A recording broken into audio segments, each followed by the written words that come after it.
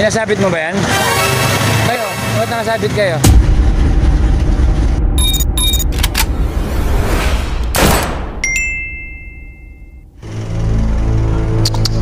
May nakita na naman tayo nakasabit oh. Pinasabit mo yan? Pinasabit mo? Pinasabit mo ba yan? Kayo, ba't nakasabit kayo? Kayo, sakay kayo. Wala kayo bang pamasahe? Oh, sige. Bayaran kayo mamaya. Uy, kilala pa ata ako nun ah.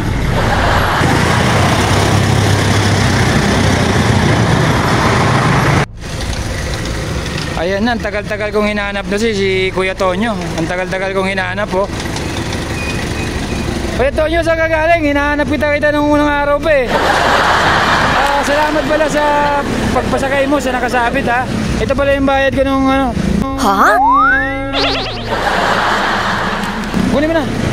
Nung pinasakay mo nung nakasabit. Kasi kaysa naman kasi malaglag yun. Kayo kasi ang managutan yun, di ba? Salamat. Doon saan dumaan yun? Naalala mo kung saan dumaan? Sa checkpoint namin sa JP Rizal. Sa Barangay Mabini J. Rizal. No? Kaya dapat anong message mo sa mga nakasabit? Mga pasayro, ang pasok mo, pag hindi wala kayong pangbayad, yes! Sa mga sumasabit, kay Kuya Tonyo, sa mga jeep, makiusap lang kayo kung wala talagang mamasahe. Kaysa naman sumabit po kayo dyan, tapos malaglag kayo, kawawa naman yung mga driver natin. Nagbaboundary lang sila yan. Ano yung bibigyan nila sa iyo? Ang kikita nila, ibibigay nila sa inyo, di ba? Tama ba yun? Ayun ang yung ginawa ko sa tricycle, naglibreng sakay ako.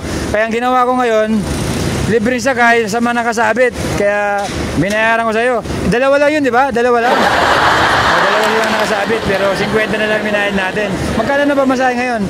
Galing MJR, papuntang 13. O, sakto na yan. May pasobra na yan, no? Okay naman. Kumusta naman kita natin? Saan ka umuwi? Ano pong pangalan mo? Tonyo. Kastigod, ayan. Salamat kay Tonyo, ayan. Kapag sumakay kayo kay Tonyo, imbis na sumabit kayo, makiusap kayo, hanapin nyo ako nang babayad, no? Maraming salamat. Ayos. Nakita rin tayo.